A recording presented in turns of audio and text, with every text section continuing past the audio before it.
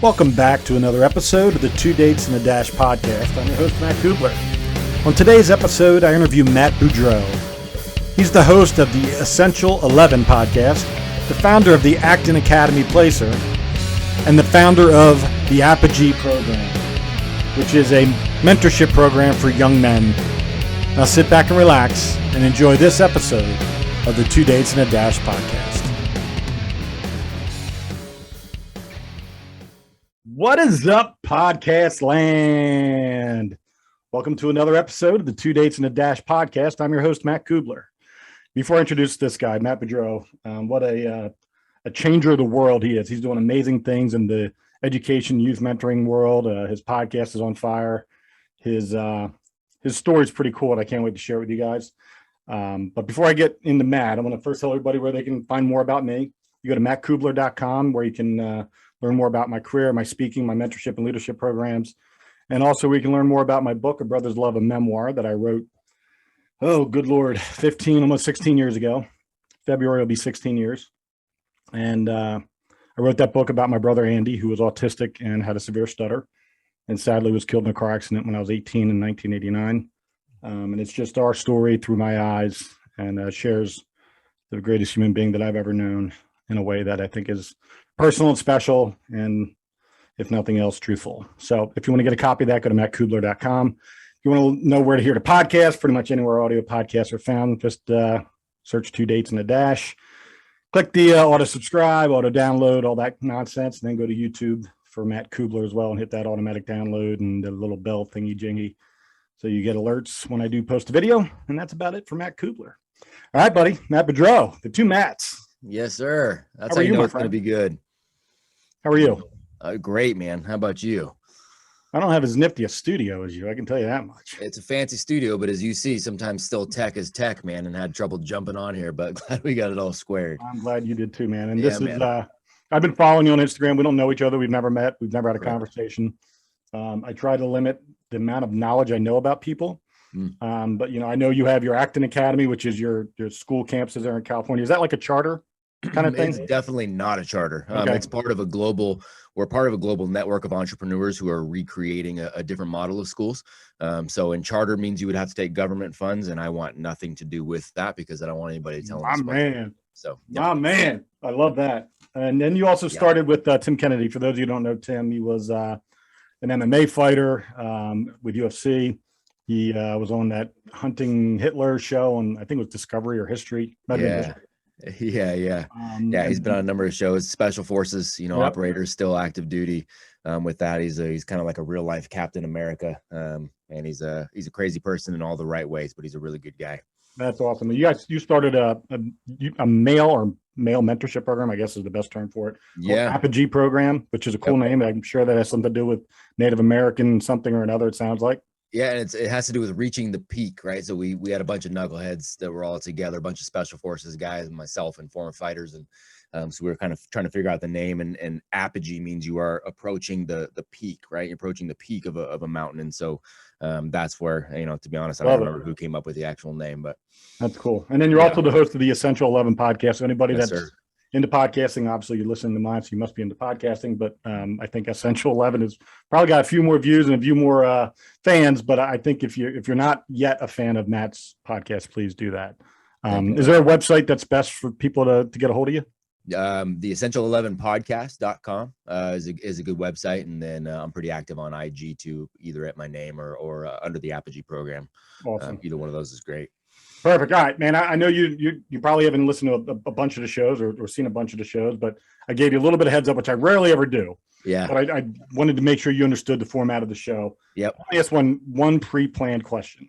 Yeah. So, cop, and I'll give everybody who's listening to this the reason why I do it this way is, as a cop, when I'm interviewing a suspect or a victim, I don't know the answers to the problem. I don't know why they're there. I don't know whether they committed the crime. And my job is to take a unknown and make it known. And when I started to decide if I wanted to do a podcast 4 years ago and what kind of podcast I wanted to do, I went on a bunch of different podcasts, and I realized that the ones I liked are the ones that are most organic and less canned, for lack of a better term. So, and I realized my gift is solving problems, complex problems. And I am also a good conversationalist. So I figured I'd just combine those two skills and Love it. turn it into a singular question episode that just sort of takes on a life of its own afterwards. So just like everyone else, I'm going to ask you the same question. Who is Matt Beaudreau? I love it, man. And what a high level question. I mean, that can go friggin' anywhere. That's why it's that way. Yeah, man, no doubt. I think from a philosophical standpoint, I'm a freaking average dude, but with a very unaverage work ethic and a very unaverage mission, and a stupid obsession with that mission of empowering young people. Right. So I'm an educator, obviously, first and foremost, dad and hubby, but an educator, a mentor, a guide, a modern day, not that I'm as cool as this guy, because I'm not, but a modern day sort of Morpheus, where it's, I think my job is to open as many doors as I can for young people, and help, point them to the horizon so that they want to walk through those doors. And I want to show them the world as it actually works versus how we're told that it works. And especially being in education for as long as I have, I've seen that those are two vastly different things. There's the way the world says you need to do things to be quote unquote successful, happy, provable bullshit. We can talk about how we've had the wool pulled over our eyes on that. And so we're opening up eyes to, hey, look, this is how the world actually works. I'm going to invite you to walk through those doors. I'm never going to push, shove, drag, whatever. We're going to invite you to walk through those doors. And the young people that are doing that, have vastly different lives than those who are not. So that's my mission, man, is just unlocking as many of those doors for as many young people as I can. And I think in saving the, as many individuals in that way, we can help, save the collective ultimately. So that's kind of it in a nutshell. First, I want to lead with the reason why I follow you on Instagram is because of your work with kids. So my last 30 years as a cop, I've been mentoring young kids, whether it was through happenstance because I had contact with them as a police officer, or through my entrepreneurial endeavors where I was training a lot of youth student athletes and getting them physically, mentally stronger so they can compete on the athletic field. Whatever that the role I was playing in my life was when I was getting these opportunities that God was putting in front of me to impact young kids' lives. And so I found your story and what you're doing as far as changing the education landscape, as far as mentoring, as far as just the way you visualize the world, so that other people that may not have the years of experience because they're kids can absorb that, right, and then use that information that is based on their talents and interests and passions to become better human beings and not consumers, but people that produce. Yes, sir. That's exactly it right there. Yeah, So, I appreciate that's that. why I follow you. And I appreciate that. And that's why I asked you on the podcast. This is 125, maybe I don't know how many episodes it's been. I think and I've interviewed everybody from famous sports athletes to moms who lost their kids on opioid overdose. And I like sharing stories of people who do amazing things and are living epic lives. And I don't know if you noticed the name of the show is 2 Dates and a Dash and what that means. And some people are like, I don't get it. And I'm like, you have 2 dates, the date you're born and the date you die. And the dash is the life that you've lived. What you do in between. Yeah, I like that. And I don't know if you see behind me some Tim Tebow jerseys. I do, yeah. I was Tim's bodyguard for 5 years. Is that right? That's awesome. So a lot of what I've learned, and it's amazing to say that as a soon to be 51-year-old man, that I learned a lot from a much younger man. But I learned a lot about commitment and conviction and passion and God and understanding how you can combine all those things, have your own personal belief systems and opinions on things, but truly be living a life that God meant for you to live.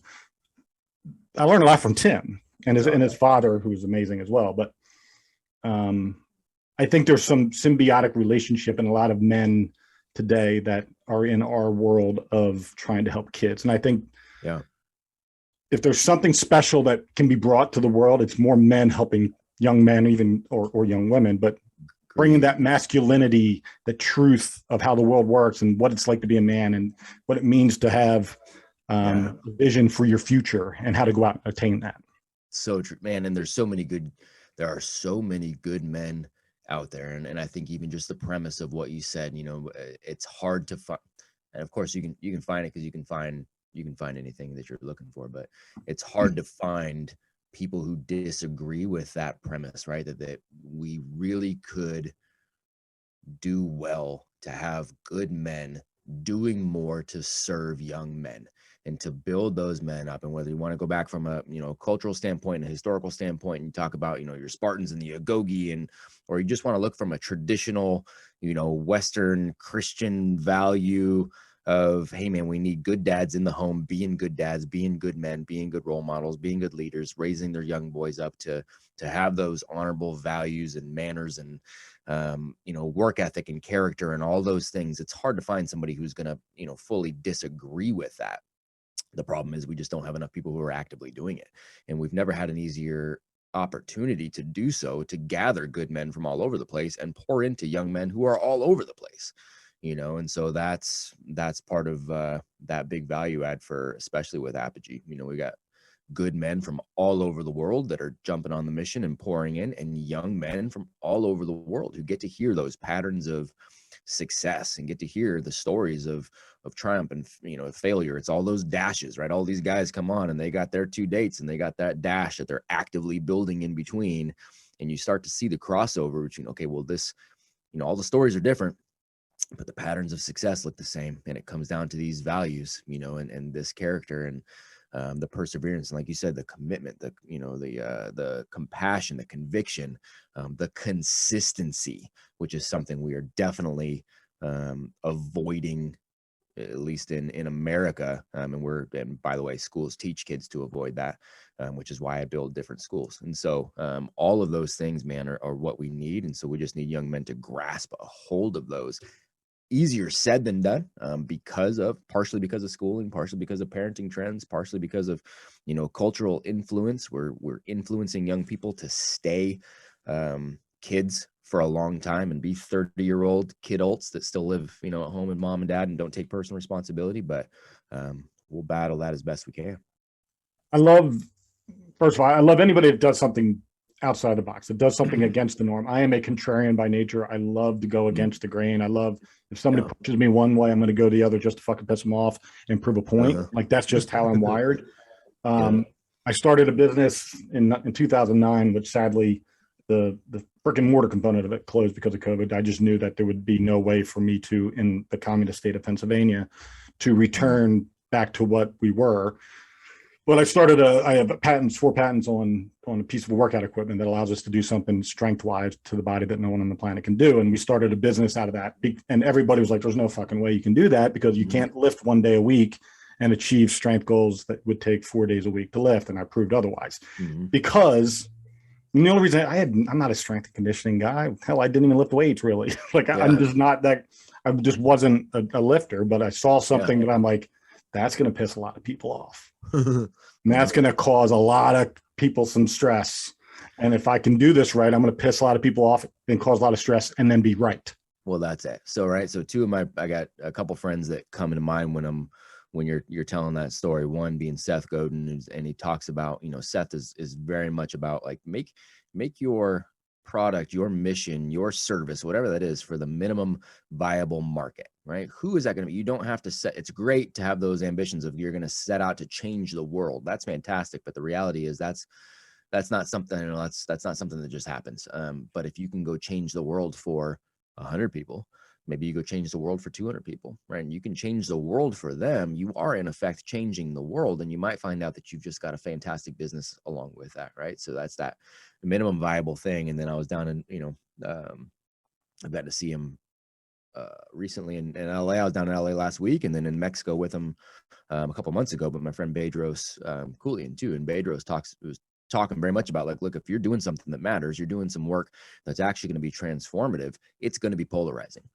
You're going to piss some people off. And that's a good thing, because you're just making it very clear of who you are actually serving. That inherently means you're not serving somebody else. Apogee program serves young men. I inherently am not serving young women with that program. My schools serve both, right? But my schools are going to serve a population that believes a certain thing. They are not going to serve a population that is more socialist leaning and doesn't trust kids and really a fan of government schools, and we're not going to serve them. You're going to polarize, and that's okay. That's, I think, one of the things I learned from Tim. There wasn't anybody for a good 4 or 5 year period that was any more polarizing than Tim Tebow. Sure.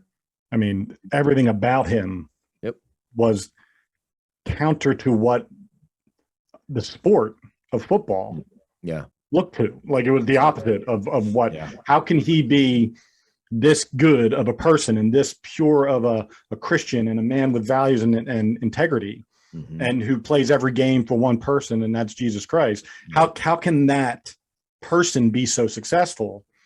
And everybody's either all in on Tebow because that's who they identify with, or all against Tim Tebow because they don't want that person interrupting the business market of the NFL. Right.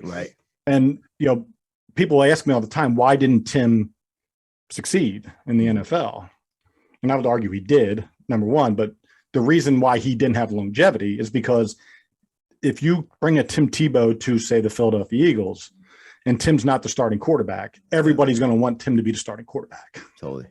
And the amount of drama that causes within the organization is greater than anything they're willing to take on. So that's why. That's not because of talent or that he wouldn't have been able to figure out how to become a winning quarterback in the NFL.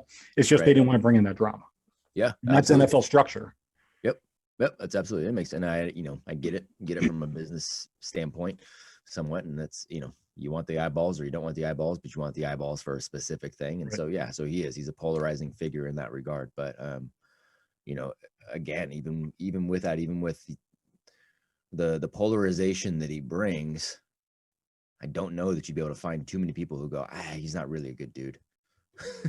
And again, he's got his compass straight, and that's what I appreciate about him, is he was consistent in that too. He's not going to waver. He's not going to, and I respect even in a non-good human, there is an element of respect for somebody who does not waver from what they believe, and that there is no hypocrisy in their game, right? If they're espousing something and they are living lockstep in accordance with that, you've got to appreciate that. Now, you want somebody who is obviously doing that in a good way.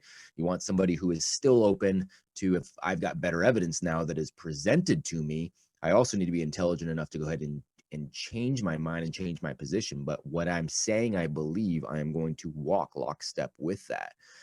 And that's, again, is something that we don't see enough of in our good, in our men, in our young men, in society in general. So I always respect that. Let me ask you a question. So when did I'm sure that everybody has an aha moment when the light switch turns on. Your switch was a big one. Like you said, fuck the system, essentially, and I'm going to go create a new system. Like, so where was that moment when you were like, I can't do this anymore, I'm done? It was a series of moments that led up to it. It wasn't like a movie, like a boom, here it is, and all of a sudden things. It was a series of, working it. It was a series of being the government school kid that got straight A's and the college kid that got straight A's, but still having the internal battle of like, so what, I'm good at playing school. I know I don't have anything to offer the world right now. I know I don't have a skill set. I know I don't have, like, who cares? I did all this and got my straight A's and was told success is just around the corner. And now to law enforcement, actually, I turned down a Secret Service job, believe it or not, at the end of my, at the end of college, but by choice. And so that was a smart choice. I definitely was now. And I turned it down because I had initially accepted it, just needed to finish graduating. But I had a friend who was in Secret Service who said, no, don't do this. And here's why, and laid out, litany of reasons. So turned it down. But then I graduate and I have no job opportunities and no job offers, right? The world says, man, you go to college and all of a sudden it doesn't matter. You take out as much debt as you need, you go to college, you get your straight A's, and man, the doors are going to fly open, and that's horseshit. So there was all of this where I was going, okay, I'm seeing this. I end up working at a few different places, and it ends up bringing me to Stanford University. And there I start seeing the game of education too, and including the admissions part, and including I got really smart kids, but they're also like, I'm like, how do you not fall down more in a lot of different ways? And right. And you got all these things. So I'm having all of these little realizations here, and I'm not seeing exactly how they string together. End up going into public ed, and I'm a public school teacher in a tough spot of California. And I'm trying to help young men avoid the gang life that is prevalent there and within their own homes. But I'm being told algebra is what's going to save them. I'm like, nope, that's not quite right. But that's not exactly what this young man needs. And so I go into administration, and you learn, well, okay, wait a second. Government schools are about money and politics and power and connection and network. It has nothing to do with kids and child development, and has, right. So I got all of these things that are lining up. And then I guess if there was going to be any one kind of thing, I started reading the works of John Taylor Gatto, Gatto, for anybody that wants to go check out his stuff. And John passed a couple years ago, but is one of the greatest educators this country's ever seen. And he laid out very succinctly, better than anybody I'd ever seen, why we do school the way we do. And it's not about human behavior. It's not about building up strong, amazing human beings and unlocking the genius inside of them and, development. And it's not about that at all. It's systemically, actually, intentionally against it. And so as soon as I realized that, well, I could no longer do that job because my integrity would not let me. I'm not going to do something that I actually believe at that point is a net negative for kids. It's actually harming kids. Right. And so I wasn't going to do that anymore. So that was the biggest shift. And then as I started, raising my own children, and I had my oldest getting ready to go into schools too, well, then all of that rubber hit the road. I'm not going to do this to kids in general. I'm sure as hell not going to do this for my kids. So what am I going to do? Right. And so that was when, okay, cool. Well, then we're going to rock and roll. We're going to rock and roll like this and get together with this network of entrepreneurs that get it and want to build something different. I think it's so, first of all, simple, right? The logic is simple. Almost always. Yes. Never easy, but almost always simple. Absolutely. The reason why is usually very clear. The pathway to success is sometimes a little bit less clear. But one thing I will say, and my kids I'm a public school kid outside of Philadelphia, in a very urban, minority-driven school district. My kids, the opposite. We're in a nicer area with a less minority-driven, higher per capita, better sports programs, better system, the whole thing. But the end result was identical, right? We both ended up, my kids and I ended up in the exact same spot after 12 years of school. And the one thing I will say that I think is the reason why I think something like what you're doing is so powerful, and it may not be known to a lot of people, is that for many kids, the only place where they have consistency, even if the consistency is poor, is in school. Sure. Their meals, a lot of things happen in a school that changes the life of that child, whether it's academically or it's actually sending them in a direction of growth is definitely debatable. But I think that's that consistency and comfort of knowing that I'm going to eat today and I have somewhere to be. But what I love about what you're doing is you're doing two things. You're creating the environment for that consistency for kids who may not have the best home life. I grew up with no dad, and my mom worked 3 jobs, and me and my brother sort of took care of ourselves. And my kids had the opposite. They have 2 loving parents and stay-at-home mom. We did that intentionally. We didn't want anyone else raising our children.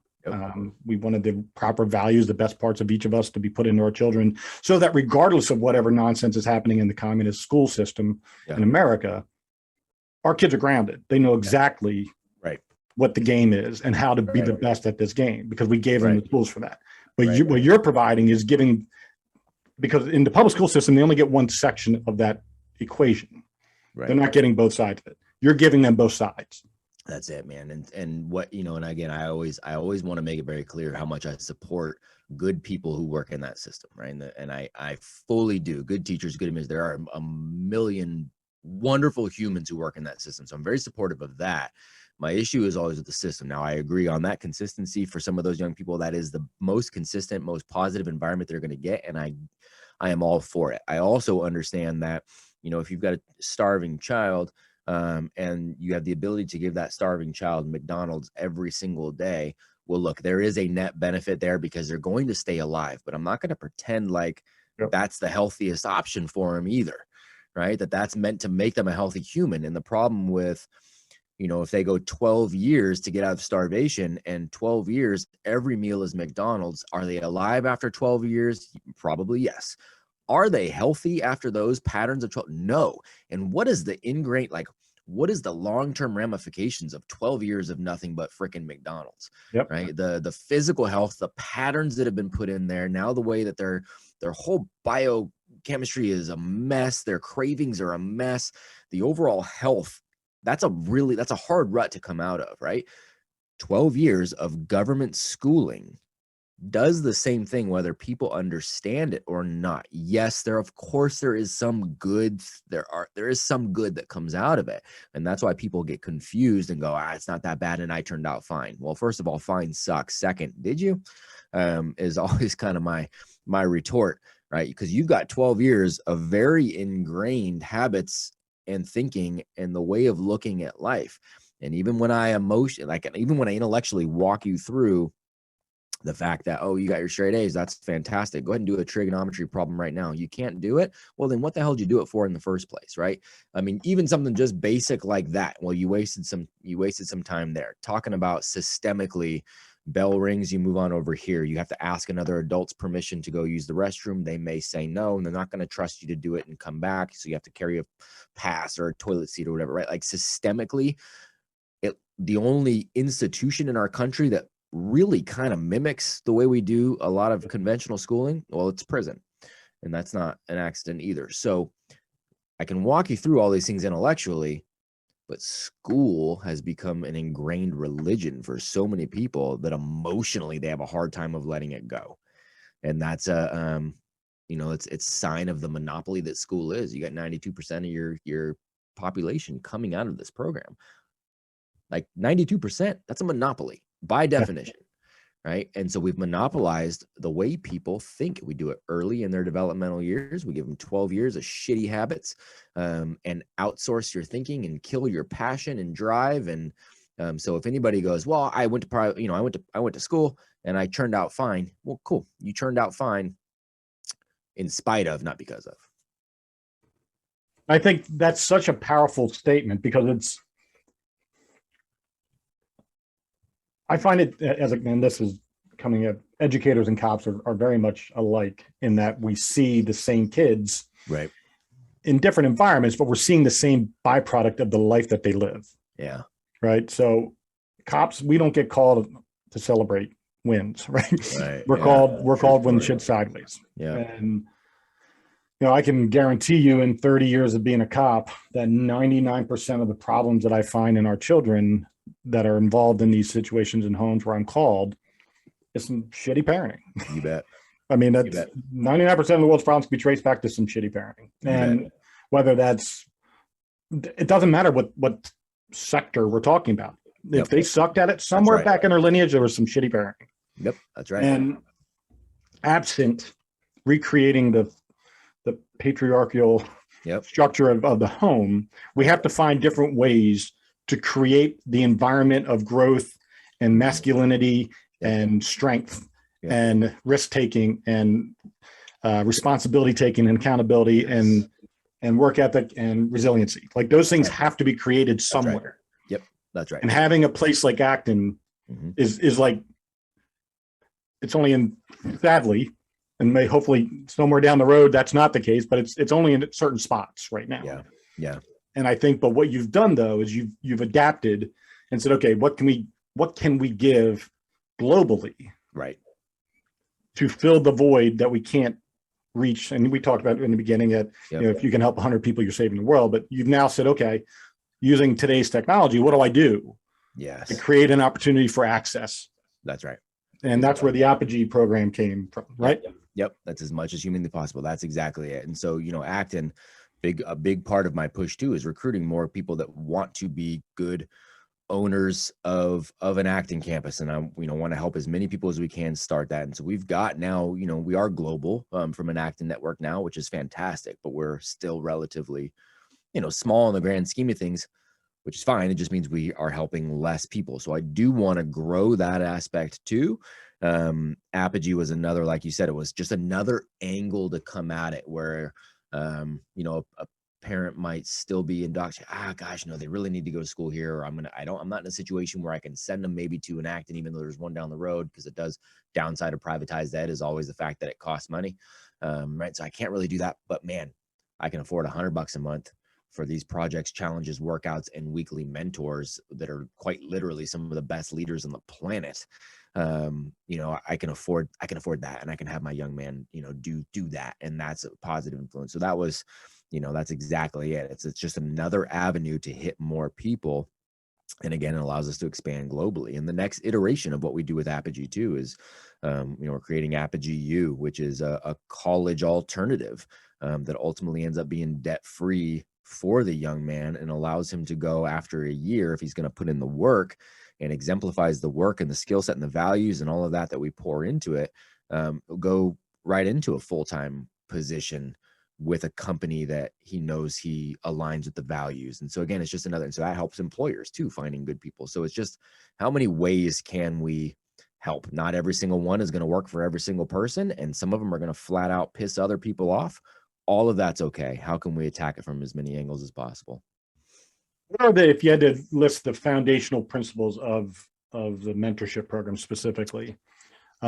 Coming from that world and coming from a leadership development world and working with kids and understanding human behavior and personality profiling and all that stuff. Like, what are the core fundamentals of what you preach to these kids as far as things that are tenets, the building blocks of the mentorship program? Yeah, that's a really good question. It always goes back to, a code of honor, a code of values, right? A code of, it's a work ethic thing and a treating other people the right way thing. And it's doing that consistently over time. Again, we're talking about the difference between simplicity and ease.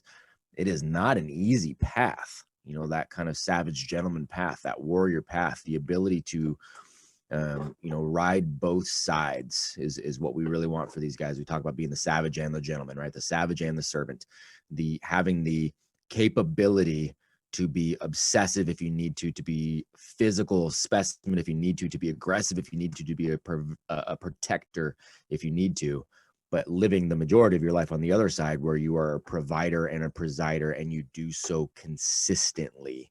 And so it's day in, day out. Doing the right thing is always the right thing, and doing it with honor and opening doors and yes, sir, and yes, ma'am, and just those little basics.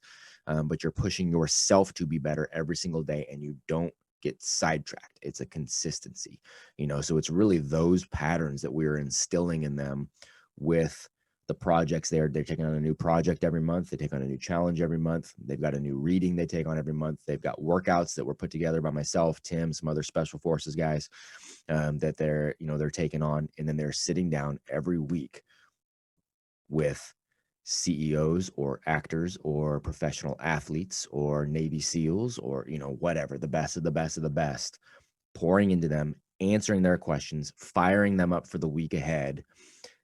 And most importantly, talking about the patterns in their own life. So these guys are taking notes and they go, wait a second, when I talk to Andy Frizella and I talk to Jocko and I talk to, Zuby and Ray Care and Frank Grillo, the actor, and like whatever, I'm putting all these guys together. Look at all this crossover, very different paths, but the same patterns are there, and so we're trying to instill that in them. So I know that's a very long-winded answer, but that's what we're going with.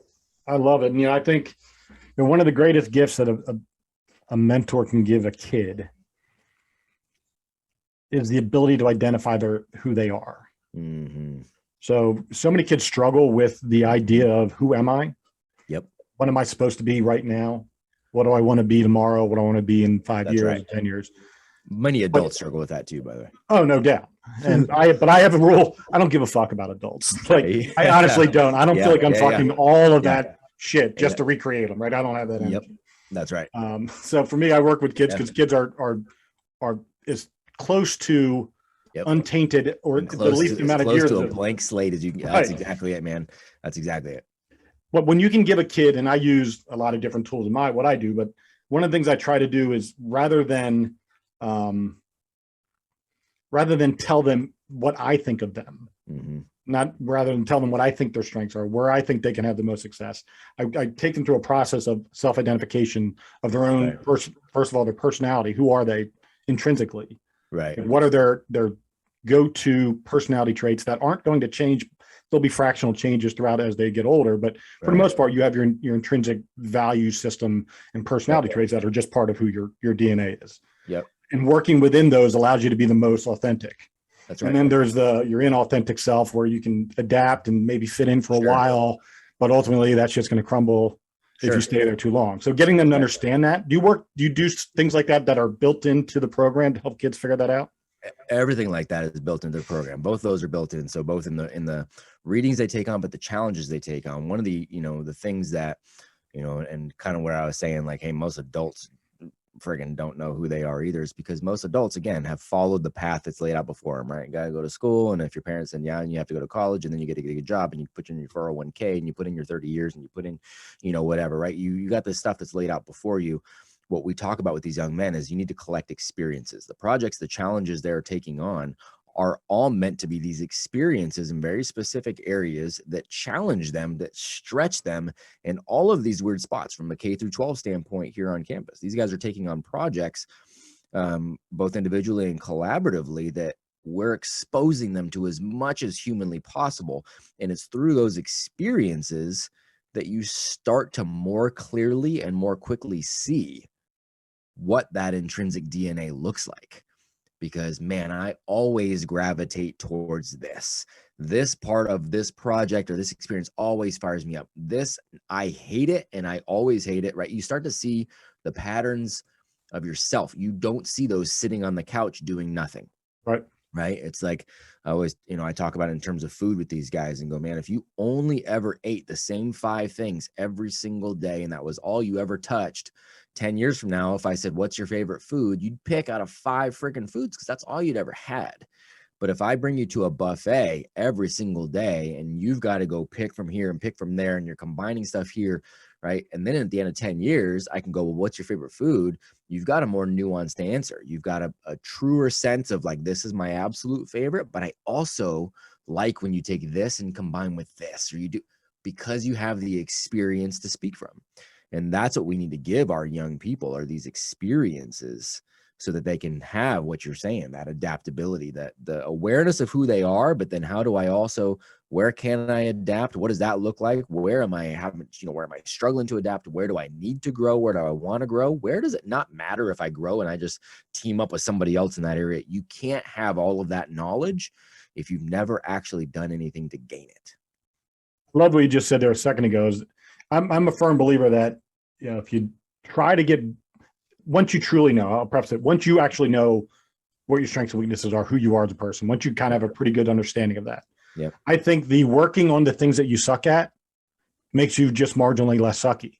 Like it doesn't really change the ball, the needle doesn't move as far as people want you to believe it will move. I agree.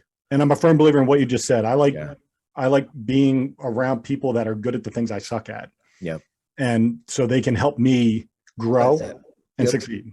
It's efficiency, right? So I'm not against trying to get better at your weaknesses if you like it and you want to. Yes. Right. And you really want, like, something that I want to make that a strength. I'm really actually interested in it. I want to become proficient in that. Well, cool. That's growth.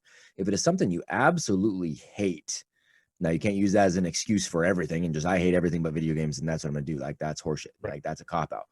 But if it's something that's like, man, I just really don't, I'm going to continue to be really, really good at this. Who can I partner with on this side? It's just being more efficient. You just, that's all it is. It's allowing you to get somewhere faster. And that comes from experience, right? So knowing that that's how you solve that problem is the key to life, I think. And I think that's right. What you're doing as far as providing the blueprint, and I believe, based on the type of people I've seen, just on the quick looking on your website on who's involved. I'm a firm believer in building your resume up to be as long as it can possibly fucking be. So when you die, it's like a 3-hour eulogy, right? Like that's what I want. Like, how am I going to be remembered? I'm going to be a guy that literally did everything. There is not a thing that I have not tried. And I've done some bad shit. I've tried that, and I've done some good, really good things. And I've tried all that. And I think giving the kids the understanding that you can try everything. Yeah, man. There are so many things that you can try. And failing is just simply not succeeding at one thing, right? It's not, you didn't suck forever. It's not, listen, there's plenty of things I started and never finished because I just realized I just hated it, but I tried it because I wanted to experience that. There you go. And I think giving kids that confidence to be able to go out and try out for this, or, I'm going to learn how to write code for a computer, whatever the thing is. I think kids need to learn that having that experience will be something that they hold on to forever. And even in date, like we get a lot of kids, I'm sure you've heard of yourself, where, the guy, especially in middle school, high school, where the boy and girl break up and it's the end of the world. And I think I'm going to die and my life is over, and giving them the understanding that that was literally one of the greatest lessons they've ever learned, because that's one piece of the puzzle to picking the person that's going to be their forever person. Right. So it's all of those moments where it wasn't forever that got you to the point where you're like, the person I really want is the best from this person, the best from this person, best from, I'm going to combine it and find that. And finding that forever person is key too. And getting people to understand that whether it's you're gay or you're lesbian or you're straight, I don't give a shit. Everybody's got somebody that's going to be their forever person. Yeah, man. And having that partner is going to be key to making kids who aren't fucked up. Yeah. Right. Yeah, that's it. Well, and what's crazy is again, this is something that everybody understands this, but they've been culturally trained to release this understanding at various points. Here's what I mean. So like, you got kids and your kids learn to walk. When your kids were learning to walk, they started standing up, they hobbled a step or two and they fell on their ass. And what did you and your wife do? You cheered them. You cheered them on. You're like, yeah, oh my God, that was awesome. Right? Was it? No, they fell. They failed. They sucked. They didn't do a good walk right there. They did a shitty walk, but they had started it and you cheered them on because you knew if you cheered them on, they'd be excited about it. They'd get up, they'd try again. Right. And then they fall on their ass again. Yay. And you were relentless with it because you knew, man, if I just cheer them on, they're excited about it. They want to do it. They keep it going. And then all of a sudden they're going to be walking and running. And that's fantastic. Right. And then all of a sudden they get older and we lose that. They make a mistake somewhere and we're like, how dare you? And school's a huge part of that, right? You cannot make mistakes. Oh my God, you made a mistake. Well, that's an F. I'm going to give you a shitty grade. I'm going to give you whatever, right? We should be doing the exact same thing and celebrating at 16, 17. They go through that relationship thing. And yes, it's hard. There's heartache, but we need to come alongside them as parents and be like, yeah, dude, I promise you, yes, this is okay. Like, and if they're used to that being the status quo of like, dude, you tried this, you failed. That's okay. That's awesome, man. Congratulations. You're one step closer to doing it well. You're one step closer to finding that right person. You're one step closer to, shooting that basketball. You're one step closer to getting, understanding how to code that. You're one step closer. If that's always the way we are parenting and pouring into the young kids, it changes the trajectory of their life because they look at all of these failures as just the next step in learning. But we are conditioning people to not do that. We're conditioning them to not be a risk taker, to not do. So then by the time they're, however old, well, shit, I can't go out on my own right now because I'm going to fail. I got to stay home with mom and dad so that I don't fail. Yeah. I got to make sure I get the safe job so that I don't fail. Yes, I hate it, but this is safety and I don't want to fail. Right? We've twisted the mentality and parents get sucked into this. And it's to the detriment of the young people. I totally agree. And my kids had the blessing of being raised by their mother, and I worked, I've been an entrepreneur for 15 years on top of being a full-time police officer and, working 110 hours a week, full tilt. But always sacrificing me to make sure my kids had what they needed, that I needed every one of their school things, every one of their sporting events. They're both swimmers. My daughter was a 6-time All-American in college, and my son's now in the RTC program at University of Maryland. And so my kids are very driven. Yeah. But the reason why they are driven is that there was always, if you're going to do something, you give 100%. That mindset that there's no, listen, I don't give a shit if you fail. Yeah. But you're not going to quit. Yeah. You're never going to stop. Yep. Simply because it got hard. And what I'm going to, my daughter and my son is way more me. I'm a smoke and mirrors guy. I always have been a smoke and mirrors guy. That's how I made it through school. 4.0, full ride to the Coast Guard Academy. Couldn't 1 second tell you anything about algebra, calculus, or trig. Sure. I had no clue. I knew enough to get an A, dumped it, forgot it. And that was just my life. My son was pretty much the same way. And I had to re-coach that out of him because I saw the trends of that he had the same personality and mindset that I did. My daughter was a Post-it note, and she had a great story. She didn't win her first. So in swimming, there's heats. Yeah. So usually the fastest heat is last, and she was never in the fastest heat, but she had never won a heat until 9th grade. And she won her first race where it was in high school, and there were no heats in high school races, and she finished first. And from that moment on, she realized that winning is possible. Yep. But up until then, she had Post-it notes on things that she wanted to achieve. Yeah. And at the end of every season, she would see what Post-it notes were left on her corkboard and leave them up there and then add new ones. And it wasn't until her junior year where she was able to clear the board every year. And then when she saw that she cleared the board, she said, how can I make it harder? Yep. That a girl. And when you have that mindset where you're constantly challenging yourself to achieve, and then having someone go, okay, I'm going to hold you accountable because I'm going to be watching you as well. Bingo. That's the key to the special sauce. Bingo. And when she went to college, I told her coach, I said, and she had several Division I offers. She went Division II and became the greatest swimmer in the history of that school. And I told her, I said, you have choices. Do you want to be the greatest who ever swam at a school? Or do you want to be one of the good ones that ever went there, but maybe not the greatest? She goes, I want to be the greatest at a school. I want to be the greatest to ever do it. I'm like, all right, let's go achieve it. Yep. And having that accountability, but I made her sign a contract with me before she went to college. Love it. And I said, I will pay for your college if you achieve X, Y, and Z. Yep. And this is an annual thing. And if you choose to not finish, you'll be paying the whole thing. That's right. Good for you. That's called good parenting. And oh, by the way, you just described a whole lot of Acton Academy when you're talking about goal setting, accountability, the freedom coming with responsibility, having contracts and promises, contracts you sign, promises you make. That is the crux of what we do on these campuses, and what we ask parents to hold true when those kids go home too, in order to have that, fluidity there, in order to build that mindset. So good on you, man. I love that. It's awesome. How do you question? I had these struggles in the past with mentoring. Mine's more of the one-on-one. I had small groups that I worked with as well.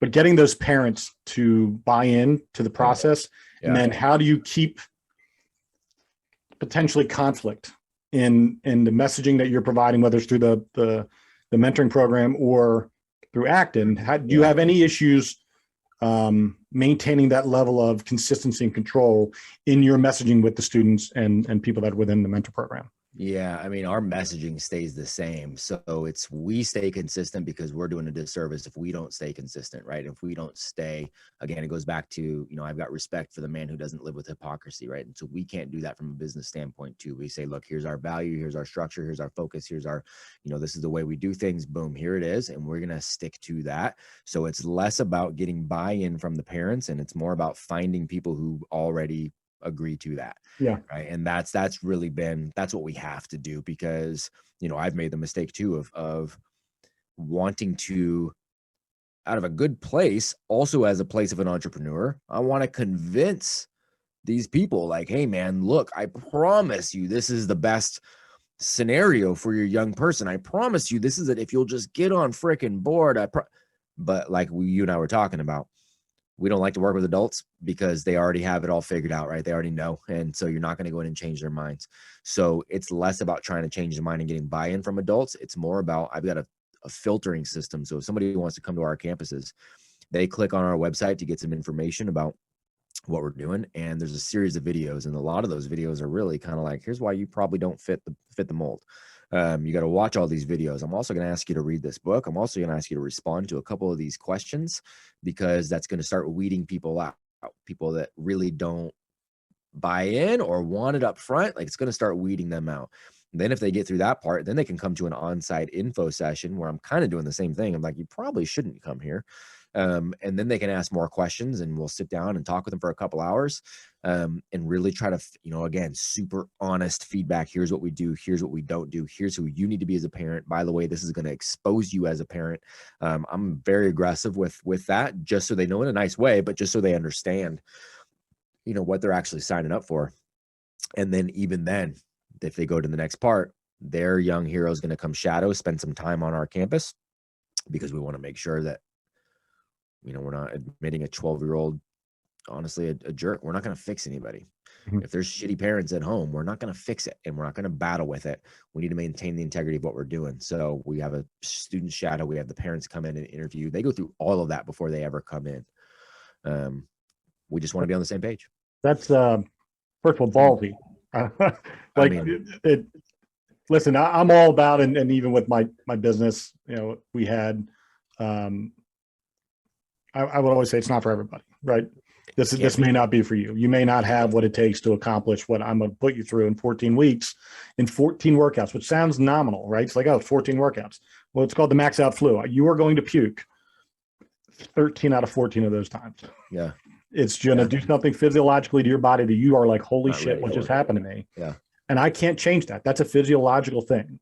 Yeah. So I have to know whether or not you have what it takes to accomplish, because I'm not going to invest myself into you and give you all of me and all of the knowledge and all the time and energy it takes to do that without knowing that you have at least a modicum of resiliency in your body. And I think it's super important in today's world, where we live in a world of instant gratification, where we're dumbing down everything. The bar has been set so low that the lowest common denominator, the 1%, dictates the 99% outcomes. That's right. According to our government, whether it's the transgender nonsense and the pronoun nonsense and the education, everybody gets their fair shot nonsense. It's, to me, we're dumbifying the next 3 generations. Because we have 22-year-olds who are incapable of surviving. They're incapable of surviving and believe that they're entitled to you making sure they do survive. Absolutely. Like that's it, right? Like that's the issue, and the reason we've got to run our schools this way and run the again, go back to finding the right person and the dating thing, right? If I'm just going to go, man, I'll date anybody and everybody. Well, you're a loser. If I'll take anything that gives me the time of day. Right. You got to have some sort of standard, right? You got to have something that's there. The Navy SEALs have buds to weed out the people who can't meet a certain standard. Those guys might be really good dudes. Some of them are really smart, but they still can't hit the physical stuff. Some of them are great athletes. They can hit the physical stuff, but they can't deal with the mental stress, right? And they don't go, God, but you are so smart and you're so kind. You know what? We'll let you be a SEAL anyways. Well, they'd go to shit. There'd be no more elite status. There's no more standard that is being met. And we've got to have a certain standard, not just for our schools, but just productivity for our humanity in general. You've got to have a certain, you really should have a certain standard of personal responsibility that is built in. If you're going to be part of this society, you've got, you got to issue that whole victimhood, mentality and the whole 8th place trophy. And you've got, you need to do that. We are producing a populace at rapid pace that is absolutely the opposite of it, which is the genesis of so many of our issues. I know you mentioned beginning, and I did see that you were back in the day and probably still today involved in martial arts and fighting science and different, whether it was competitions in karate or whatever. Back in the day, you're involved in that, and it seems like you still are rather entwined in the mixed martial arts world. And that's my background's in boxing, and been boxing for 35 years, and awesome. Trained in Krav Maga for the last 25, and awesome.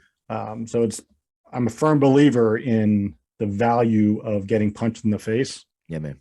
And then learning how to manage that.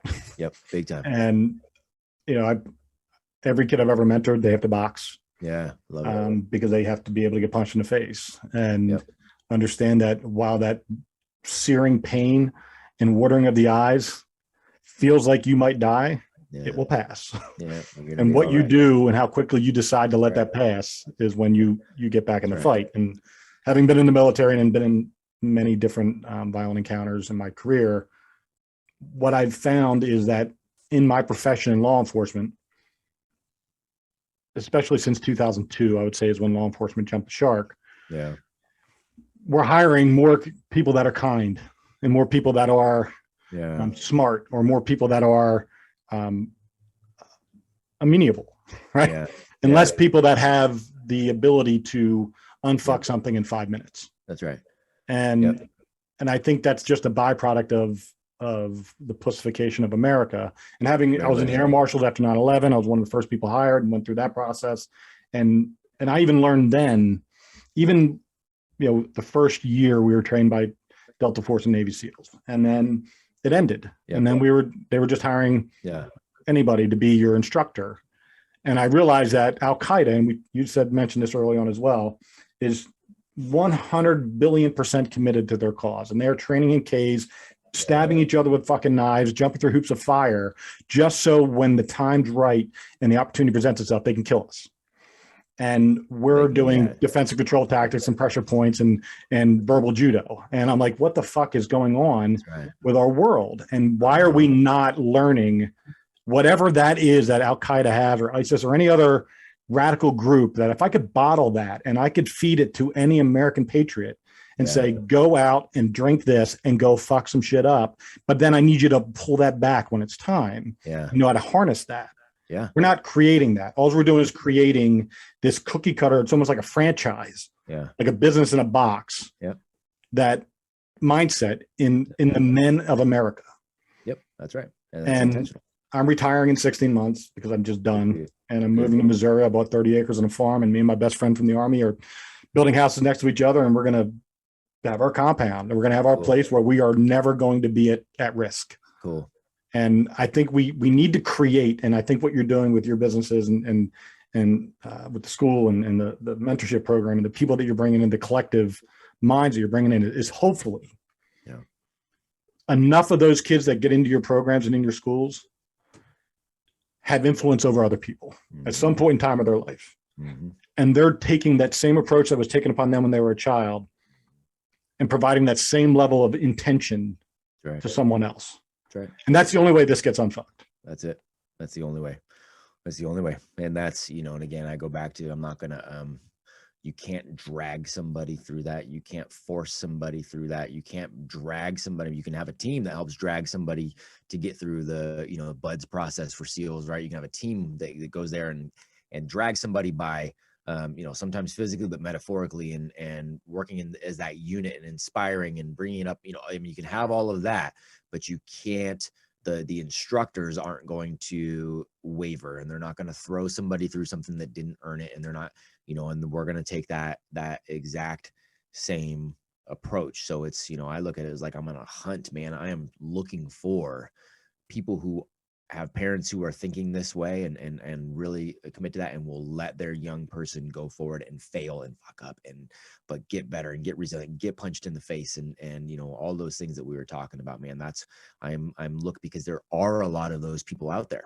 We're just disconnected. And so it's hey, we can have a central place where we can all kind of come together and take those people to go ahead and take the reins, and we can empower them and show them and open more doors for that group of people.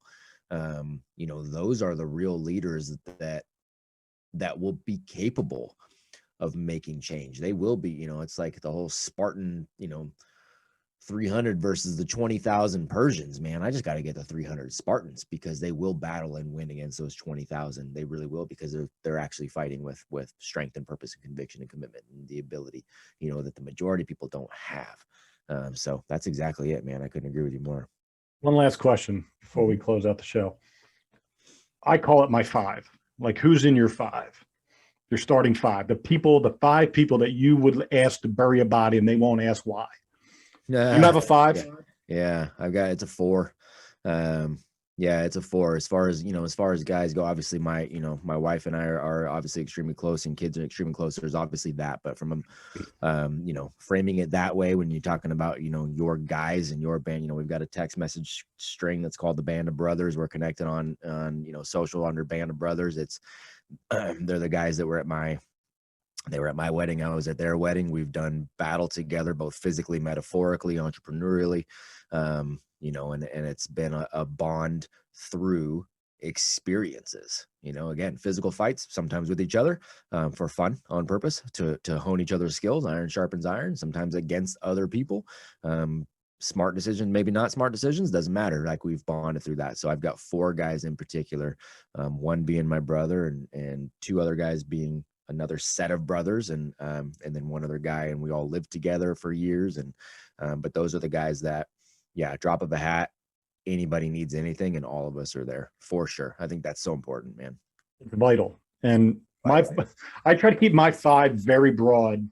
Like obviously my best friend from the Army he's the leader of the 5. And then would have been my brother, even though he was special needs, but he was, I was always his keeper, and he would have definitely been a D5, the only one I needed. But then I have an ex-con. I got a really wide variety of people that I've over the course of my life that I've been involved with these people through every high and low.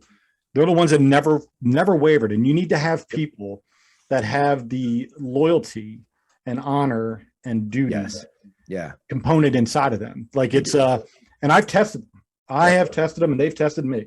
Yep. And I've had one time my buddy says, I need you tomorrow.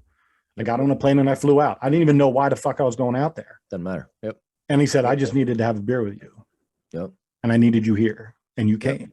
You didn't ask why, and I didn't ask why, and nor does it matter. And you got to have that connectivity. And I'm not a trusting person. I'm certainly not a joiner by nature. Yeah. And when I have my 5, I hold them dear. And I think it can allow you to have comfort in knowing someone's got your back. And if something were to happen to me, if I were killed in line of duty or whatever the case might be, I know that my family is cared for. Yep. And I know that my family's needs will be met.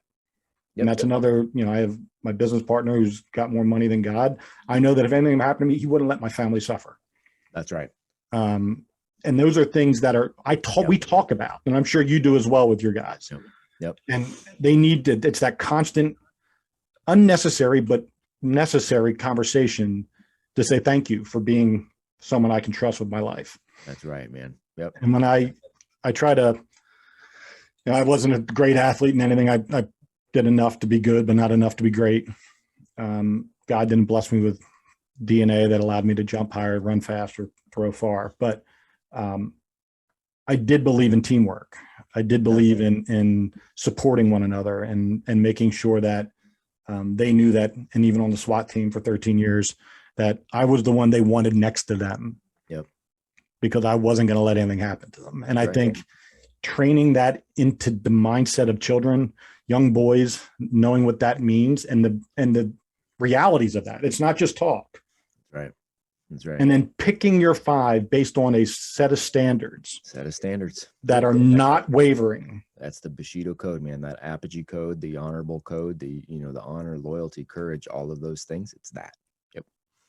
Well, I love it, dude. We could talk about, we could have went. It's awesome. We could have went 75 different directions, but I'm really happy this is the direction, because I think there's a need to hear what you're doing in the world and how it fits into the current landscape that we're in, and how we can adjust and reroute some of this nonsense we're going through in a more positive direction, and maybe give people some hope that America isn't completely fucked. Yes, sir. Yeah. Yeah. That's about it right there. That's it, as we have, and I do have hope for, again, I have hope for so many of these individuals, which is what allows me to have hope for, any kind of optimism for the collective, is because there are so many of these good humans out there. And so let's keep building them up, man. So no, I appreciate it. I love it. Again, you got Essential 11. What's the website for Essential 11? The essential11podcast.com. And then, apogeestrong.com is the website. Apogee program on Instagram. I'm active on Instagram, just my name, Matt Beaudreau. And then of course, check out the Acton Academy schools too. And even if, we'll go on a lot of podcasts and have people, shoot me a DM and they'll be like, hey man, there's no Acton in my area. I wish there was. Cool. Then I'll help you start one. Like, let's go. And that's not a money making thing for me. I get $0 from that. That has nothing to do with it. If you're really, serious about it, let's roll. I love that. And I love that it's as easy as a contact to start. And the process, I'm sure, isn't as simple. Hard as shit. Or as easy. Hard as hell. So worth it, especially if you've got kids. So worth it. I can tell you if my kids weren't out of school and I had more in the pipeline, it would be something that I'd certainly be interested in. I'd love to stay connected and make sure if I can help in any way or be a resource or whatever the case might be, I'd love to be that for you and the kids that you're serving. Hang tight. We're going to talk offline. Yep. I'm going to close out the show real quick. Everybody, thank you.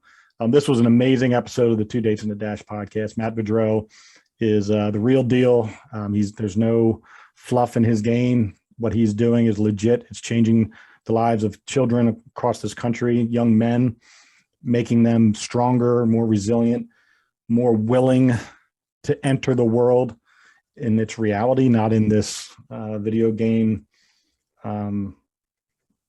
pussified unicorn, fluffy clouds and rainbows world that people want our children to enter, because that's just not the world that we live in. And I think preparing young men to be young men, strong young men, is important. Once again, anybody wants to learn more about me, go to mattcubbler.com. Want to learn more about the book that I wrote about my brother, Our Brother's Love, a memoir. You can find it there, go to Amazon, and also make sure you're clicking the automatic download on wherever you listen to audio podcasts, as well as on YouTube at Matt Cubbler. Thank you, everybody. God bless, and go out and be kind to one another.